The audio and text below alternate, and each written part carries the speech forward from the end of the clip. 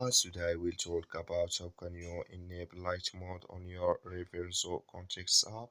We're going to figure out the solution or know how you can do that on your app. So you just follow this ways, then it's going to work with you. So all you have to do, so just go here above this sign, click on it. And just click here in this sign, it's going to show for you a list like this here. So then you go down, just click here on settings here, and just click here on settings. It's going to take you to this list here.